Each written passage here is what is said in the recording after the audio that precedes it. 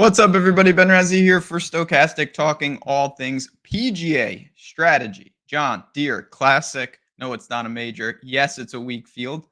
Big money up top, once again in the DFS streets, and a lot of names to get through. Weeks like this, it's important to uncover those hopefully hidden gems, diamonds in the rough, guys that can really compete because we could see a first time winner. We're going to go over the field, the course, and everything you need to know courtesy of our data here at Stokastic. If you are just joining us for the first time, I want to welcome you into Stokastic, all things DFS, from picks to process to tools to simulations. We got you covered, all sports. If you like what we see, hit the like button, subscribe to the channel. Before we dive into the John Deere Classic field, we can look at the Rocket Mortgage from Aaron Rye and Batia and Cam Davis. A lot of guys vying for that. I think we could see a lot of similarities. Both of these courses yield a lot of birdies. You have guys that are flirting with 20 under. You have guys that are first time winners or haven't won a bunch, non prolific winners because of the weak field. And I think that is one of the things that I'm going to carry over from last week in Detroit. So it's not to say they're similar courses. John Deere, as we dive in, Deere Run, we see this course all the time. It's very easy, generous fairways, bent grass greens, kind of like an iron competition, and you got to roll the rock. It's nothing too gimmicky in my mind, as I start to bring up the field that we're going to talk about in a second. But to me, we kind of know what we want. We want golfers that are going to attack. We want golfers that are going to score. And I'm emphasizing more iron play and putting, and not that you can really emphasize putting, but that would be the combo I want. I do think I know I'm going to talk about some that have the off the tee putting combo. That's always a volatile skill set, but it can be very, very effective. But for me with this, I'm keeping it pretty simple. I want guys that birdie or better percentage, can score on par fives, can roll it on bent, and are just, in these type of fields ready to go. So let's dive into the field, the top tier range. And we start with Patrick Cantlay, who's not playing, so don't play him. We've got Jordan Spieth, Sepp Straka, Sunjay, Aaron Rye, who nearly won last week, Maverick, Davis Thompson, Danny McCarthy, Jason Day. Don't play Cam Davis, also not playing. So what stands out? It's what we talked about a little already. You have not a bunch, but many guys that are either solid players, but maybe not at the height of their powers, or Maverick, Denny, Davis Thompson types. Some of them, Aaron Rye, searching for those prolific wins, few and far between. For a guy like Danny McCarthy, still searching for that win. He's been so close so many times, and that's what we kind of get here. Class of the field, you have Spieth, who it's not been a great year for him. Sunjay, not been a great year for him either. That's the betting favorite, though. And those are the guys. Salary is not going to be an issue. These guys are priced in the 10K range. You're going to be able to comfortably play two of them if you want, and still have plenty of room for value. You've got Sepp Straka, the defending champ, sandwiched in the middle. He's had a good year. You just don't normally see him north of 10. The projections are up. The ownership will continue to update as we get closer to lock. This is early on a Wednesday. But for me, Sunjay would be the guy. I still think, despite a lot of, at times, frustration this year, I like him in these spots. I do believe that he can go low enough. That's always the question with Sunjay. Like, is he someone who's going to win at 20 under? I think he can do that. He was great at Travelers. Irons were fixed. He gave over 5 strokes on the approach. That's been a missing link all year. And you take out the big time events. He missed the cut at the PGA Championship, the US Open, and the Masters. Around that, though, he has 5 straight top 15s, 4 straight top 10s. This guy has been dealing in weaker fields. And so if you want to take that, to me, Sunjay's the class of the field. Denny McCarthy at 9,500, the other guy that I really like and I want to target. One of, if not the best putter in the world. Decent form. He's missed one cut in the last couple of months. A lot of like 25th, 30th there, which is not what we're going for. He's got to fix the irons, but he did at Travelers. He gained almost 2 strokes on the approach. That is what we hope carries over. And he's been playing in some strong fields. He made the cut at the Masters. He was 6th in Wells Fargo. Missed the cut at the PGA Championship. 32nd at the US Open. 39th at Memorial. This is a much easier test for him. I really do like the spot. He's played well here. He's came in 6th the last 2 years at this event. I picked him to win. I think Denny McCarthy is going to win. I bet him at 22 to 1. I just think this is the type of spot. If we ever see it from Denny, it's this type of event. From there, I mean, again, I'm going to go off the Sims and what they give me with guys like Aaron Rye, Maverick, Jason Day. I'm pretty indifferent to them. I'm going to be under on Straka. There's no doubt about that. And I don't want to say I'm definitely going to be under on Davis Thompson. Kind of indifferent to that play. And if it came down to it, I would much prefer Maverick, and I would definitely prefer Denny McCarthy. Davis Thompson is playing very good golf. There's no doubt. He was ninth at the U.S. Open and second at Rocket Mortgage. It's just a big price bump. And maybe his this good. His putter has flipped. He was really cold with the putter, and now he's been hot in two straight events, and that's what's done it. If he continues that, watch out. If he regresses, might be a good spot to short. Let's scroll down. We've got Keith Mitchell, JT Poston, Sam Stevens, Nick Dunlap, Kevin Yu, Lucas Glover, Luke Clanton, another super talent, Eric Cole, Mark Hubbard, and Seamus. So when I look at this, guys that stand out, I think Keith Mitchell is someone that a lot of people, including me, really liked last week. And when you look at him, a lot of the similarities I do think can travel. He can get crazy hot. He missed the cut at Rocket Mortgage, but he still gained 3.6 strokes on the approach. It was just he couldn't simply putt. He could not buy one. Hopefully, these greens are a little more receptive for him and he can figure it out because he played good enough golf to get through. And if you get through, you can always make a run in tournaments like this. A guy who definitely got through was Luke Clanton. This we don't know, but it seems like he's pretty good. He was 41st at the U.S. Open and he was 10th at the Rocket Mortgage. He absolutely mashes off the tee. He gained strokes putting in both of these events. His around the green game has been atrocious. It's like Hovland. But man, that would be pretty good if we got Hovland at 8,600. I'm not saying this kid is that good, but he seems to have a lot going on. He's going to be more popular. The secret is out, but he's definitely playable at 8,600. He's trying to do the Nick Dunlap. Nick Dunlap won as an amateur. Then it's been a little rocky, and that's what's going to happen when you get into a bunch of events. Nick Dunlap was 10th last week at Rocket Mortgage. The irons were absolutely fantastic. He had his best tee to green game, since certainly Amex. He was really, really good. So if you think that's a sign of things to come, this might be a time to buy on him. When I look at this range for me, Keith Mitchell, Lucas Glover, Eric Cole, and Luke Clanton are the names that stand out. Lucas Glover has proven he can do it here. Iron specialist. I don't know if he can make enough putts. That is probably the biggest thing. And then Eric Cole, not someone who was on my radar, and now he's firmly on my radar. The Classic, was it a blip or the start of something? He had been awful for basically 3 straight months. Then he comes in 6th at the Rocket Mortgage out of nowhere. Gains across the board. The irons, he had lost in 4 straight. He gained 3.2 strokes with the ball striking there. Putter was good. This is the type of course, though, it's great for him. It's easy. It should be calm conditions. I think that Eric Cole actually is a buy. I know it feels a little chasey, but at 8,500, I'm actually pretty enthused with getting overweight, and I definitely plan to. And he's someone, if I don't get a lot in my Sims run, I will manually boost. Seamus, Adam Svensson absolutely crushed me last week. I loved him, and he was not good at all. Let's see if we can uncover what happened because he shouldn't be missing that cut. And really, it was just not much of anything. He gained off the tee as he does every week. He's done that in 8 straight events. And he was pretty bad with the approach. He couldn't putt, which is not super atypical. And that kind of adds up to not being able to keep pace and a quick ticket home. So far in his John Deere career, he's been good, 3 for 3 and made cuts, everything inside the top 25, but nothing inside the top 15, just a bunch of like T20s, give or take. I'm fine with going right back to him. Let's see how this ownership shakes out right now. And it's very early. We have him projected as one of the higher owned players. If that sticks, it's not to say I won't play him, but that would be surprising and disappointing. I'm not looking to really overhaul to get massive leverage with Adam Svensson. I want him in the pool. I'd like to get overweight, not at the cost of something major, though. Bo Hostler's right there. Think he can absolutely go low. That's a guy that I am pretty interested in as well.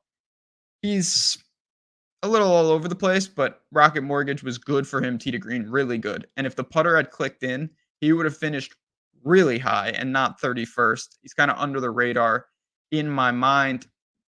Let's crash into the mid range here with some of these type of guys: Patrick Rogers, Ben Griffin, Adam Schenk, Theodore Bornson, Ryo is here, Doug Gim is here, Andrew Putnam and Lee Hodges. Before I start to break them down, though, let's not get crazy. I want to talk about a couple things going on here at Stokastic. One, if you're seeing this data on the screen, it's all part of the contest sims, the data packages, really changing the way people are playing DFS. It's changed the way I've played. It really is that powerful. It's customizable. If you want to get this into your hand and you want to see how all these work, from the post-contest sim to the pre-contest sim to the contest generator, we've got tools, we've got videos, and of course, we've got options. The link is below to check that out. No doubt about it. And then, come on now, it's going to be July 4th tomorrow when you're watching, or if you're watching on Wednesday, which would make more sense, it's July 3rd. We had to celebrate. And what did we do? We said on the Odd Shopper side, let's celebrate. Celebrate America with us. Look at that. 1 month. 1 month, by the way. You're talking a real runway for Odd Shopper Premium for $17.76. A huge deal. The code is 1776. The link is below. Or you go to oddshopper.com. You're locking yourself in all of July. That's a lot of value. There are so many bets on the board each and every day. Parlay Builder, Discord, everything. So if you like to bet golf and you like to bet in general, you're not going to find a deal. We don't do a lot of monthly things. This is only available, of course, leading up to July 4th and on July 4th, and that's it. If you have interest, come on over there in 1776 and save yourself a bunch of money. Now, Patrick Rogers, hopefully he will not cost us a bunch of money. I alluded to at the beginning of this video, there are a couple guys that have the off the tee putting combo. Patrick Rogers has that. That is kind of what you're going to have to tap into. He gains off the tee. He gains with the putter. His irons, not great. He's lost in 7 of 8, and that is what keeps him out of the winner's circle, or at least threatening, I should say. That's always a tough sell. If he had everything, he'd be a complete golfer, and he would be amongst the best because his off the tee game and his putter at times are world class. There's no doubt about it. He was 16th at Travelers, 31st at Rocket Mortgage, and he gained off the tee, and he gained with the putter in those. I expect that to continue. That is the attack mode for him, and I like his price at 7,800. I'm sticking with Ryo, 21-year-old Japanese player, really talented. We've seen him get acclimated on tour, and he's starting to really knock him down. 4 out of 5 made cuts, 31st to Rocket Mortgage. I didn't even think he played that well. It just shows his quality. Almost automatic tee to green. He's going to gain. He's going to gain with the irons. He's going to gain off the tee. Putter comes and goes, but it can get hot. We have seen in his career, and it's been brief, it's been 1 year on tour, 7 strokes gain putting, 4 strokes gain putting, 4.3 strokes gain putting. It can happen. And as long as I know it can happen, it keeps him firmly in play for me. Easy course, weak field, 66 to 1 in the outright market. I'm just saying. I just talked about Odd Shopper. Not bad. Scrolling down, Neil Shipley. I don't even know the guy's name. That can't be a good sign. Neil Shipley deserves certainly some recognition. He's part of the Young Guns. Another guy who just burst on the scene, 20th at Rocket Mortgage, destroyed with the irons. Was not destroyed with the putter, but bled out with the putter and still came in 20th. He was 26th at the U.S. Open. How good is he? I don't know. And when you don't know, there's always some appeal. He will not be sneaky this week. People will know about him.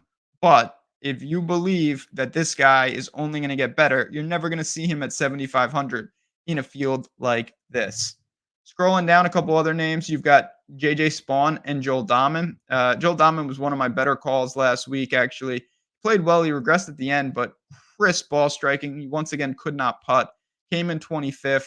I do think he can kind of replicate that. I have no issues going back there, even though he's the captain of Team No Putt. JJ Spawn putted fantastic at Rocket Mortgage. He came in 10th. That broke a streak of 3 straight miscuts. I don't mind JJ Spawn at this type of layout. He can go low. When he's healthy, he's a good player. I think he's actually pretty underrated. He's gotten some reps at John Deere, and they have not been good. Miscut in a 64th. He lost on the irons and with the putter in both of them. Obviously, not a recipe for success. So if he flips that, I think we'll be fine. But these are names. The good thing, you're not going to have to allocate a ton. I can even scroll over if you want just a little. Yeah, you're talking about, certainly ownership under 10%, and that will update. It will absolutely update. We will get more refined data in here, and we will be good to go. And we can really start to make some decision points with that. Feeds right into the simulation tools.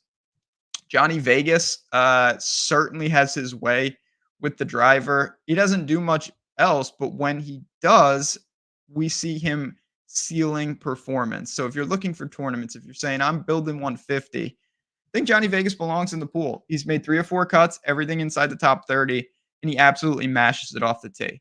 If you get anything with the short game, it's a huge bonus. But if you get that bonus, it really is big time upside.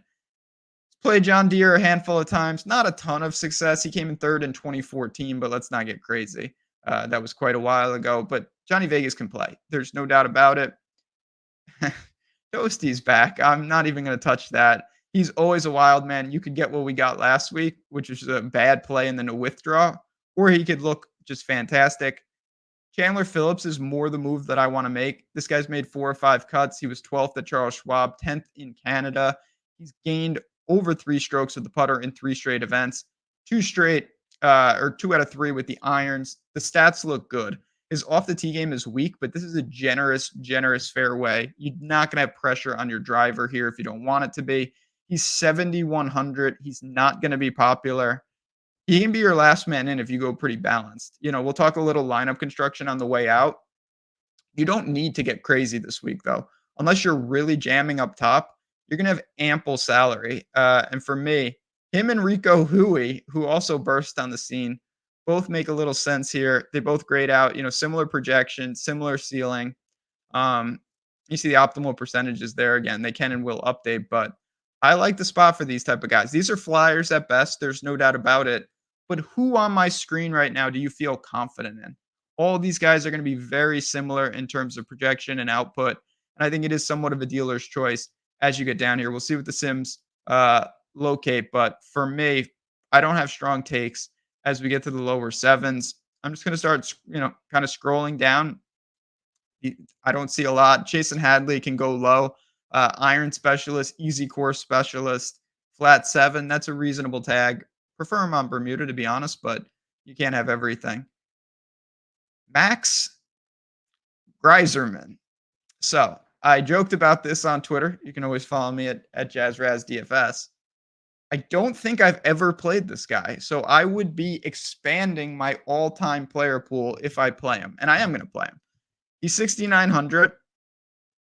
He is a good, or maybe a great putter at this point. He was 21st at the U.S. Open, 31st at Rocket Mortgage. He has not gained with the irons since March, but that hasn't stopped him. I mean, he played some poor golf in May, but he hasn't had a ton of starts. He's got the off the tee and putting combo at times. He certainly, to me, would prefer an easy course.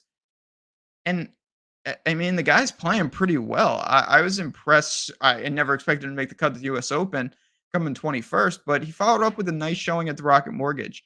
If he continues to roll it, this guy can play. He's in the 6K range. Not a big opportunity cost. I get it. I think that this is where you start to go to specialists, and he is one with the putter. David Skins is an iron specialist. He's looked pretty good. Patton Gazire, I don't know what he is. I guess he's a specialist at losing balls off the tee. Obviously, at times his putter can get crazy hot and then it can get crazy cold, but his irons are better than this range.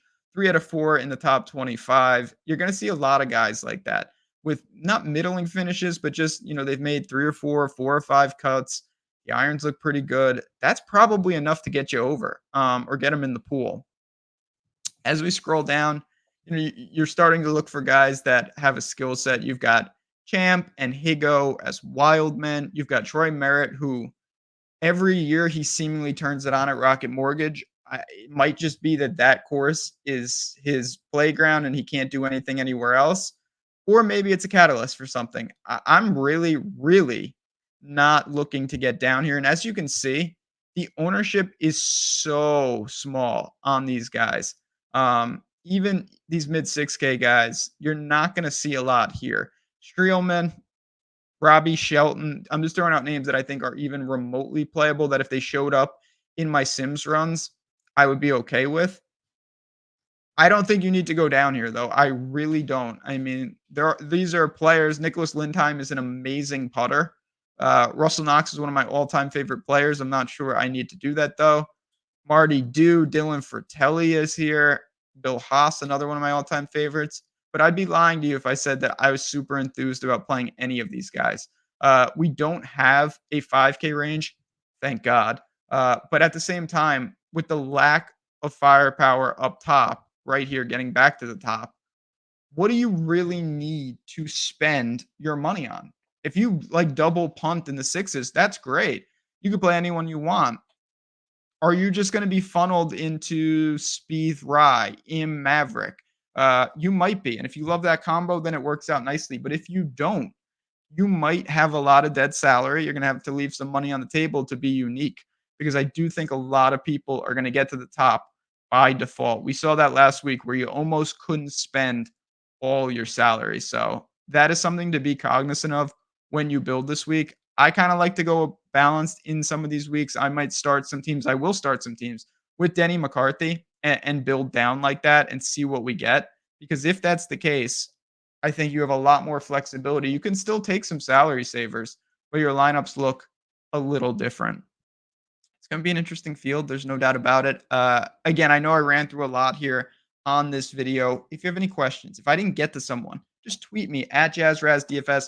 If you've signed up for a package, you're in our Discord, you can at me anytime. We're there talking Sims, talking ownership as it get updated, news, lineup construction, all that good stuff. It's just one of the many reasons to get involved here at Stokastic on the betting side, Odd Chopper. We couldn't be more excited about what's going on. Open Championship will be here soon enough. We got some tournaments to take down in the meantime. And on that note, I'm going to bounce on out of here. But again, thanks everyone for tuning in. The support means the world. And let's try to take one down here at the John Deere Classic. For me, for everyone at Stokastic, and for this field, good luck. Enjoy the golf, and I'll see you next week.